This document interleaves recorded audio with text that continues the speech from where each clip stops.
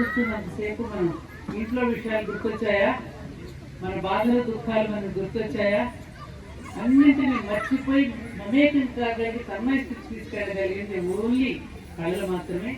కళలు కళలు ఆనందాన్ని ఖర్చవేతలు, బాధలకు భాగహారాలు. అర్థమైందో లేదో మీకు? ఆనందానికి హెచ్చవేతలు. హెచ్చవేతలు అంటే ఏంట్రా పిల్లలు? మీరు ఏం చెప్తారు ఇంగ్లీష్లో? ఇవాళ మల్టిప్లికేషన్.